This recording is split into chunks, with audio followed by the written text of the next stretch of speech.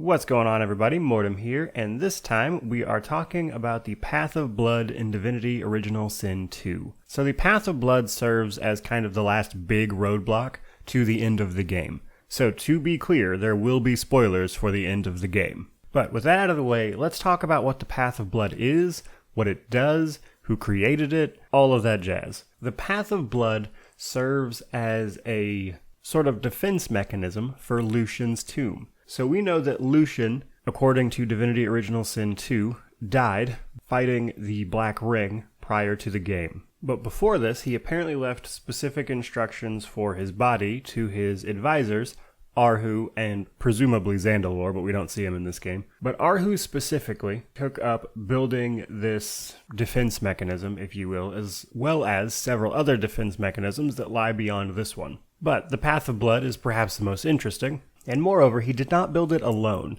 He built it with the help of a man named Toymaker Sanders, who we can find in the City of Arcs, actually. In fact, Toymaker Sanders is himself a sorcerer, and because of his help with the tomb, he has actually not been arrested by the Magisters like all of the other sorcerers. So, what does the Path of Blood actually do? Well, the Path of Blood is technically just a statue in a room. People will make pilgrimages to it in an attempt to see Lucian's body. However, they'll be stopped by the statue, who then asks them 4 questions.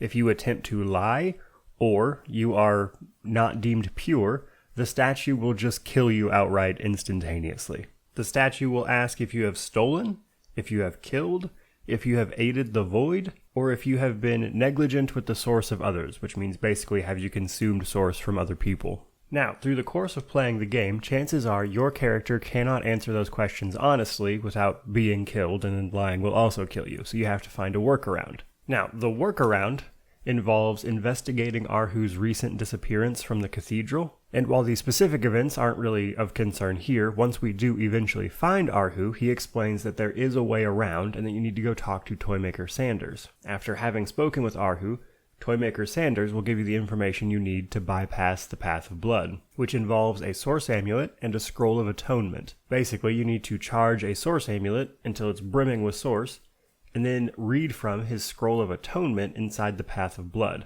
where you can then hit a secret switch, which will then bypass the Path of Blood entirely. It would seem that the scroll uses the source from the amulet to deactivate or bypass, whatever you want to call it, the Path of Blood, and then hitting the switch opens the gate that allows you to move on. Now, the other option here is to be pure. Now, there's actually 2 different ways to do this. One is very easy, one is insanely difficult. I would say borderline impossible. The very easy way is to simply go hire a mercenary. If you hire a mercenary from Sergeant Zarilla on the Lady Vengeance and then bring it to the Path of Blood, technically that character is pure because you've never used that character to steal, kill, consume source, anything like that, and it will be able to bypass the Path of Blood, at which point it will be granted Lucian's Blessing, which we'll get into in just a second. The other option is to actually get a character through the game while being pure, while not doing any of those things, which is incredibly difficult as there are several mandatory fights and encounters. Nothing about the game until this point tells you about this coming up,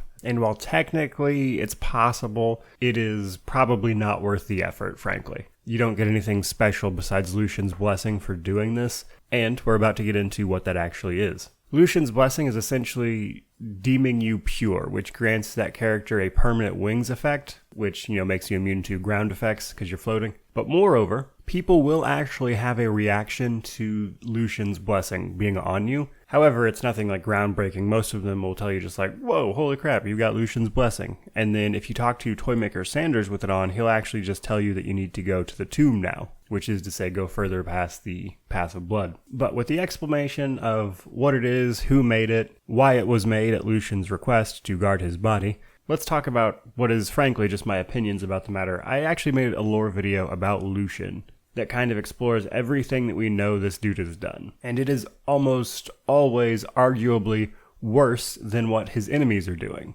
And I think the Path of Blood is another one of those examples of that. Because sure, the Path of Blood does in fact keep his enemies out of his tomb. No one knows what's actually in Lucian's tomb because nobody can get to it because of the Path of Blood. It's worth mentioning here that most of the people that the Path of Blood is killing are people who are faithful to this divine religion that Lucian has just by being the divine. Pilgrims and people that worship him are the people that the Path of Blood is killing. We watch it happen as we walk up to this thing. Which, in my opinion, is just another example of Lucian willing to sacrifice anyone and everything for his quote-unquote greater good. However, as always, Lucian is never the one who is harmed by this. For all of his talk of sacrifice and what it means to bring the world together and heal it, Lucian is always the one who seems to benefit from that. And I don't think that's a mistake. I think it was intentionally written that way. But my point is, Lucian is arguably the main villain more so than any actual villain that you fight throughout this series. That's just my opinion,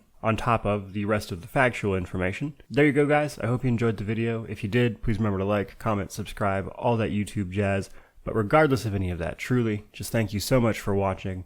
May you wander in wisdom and have an amazing day.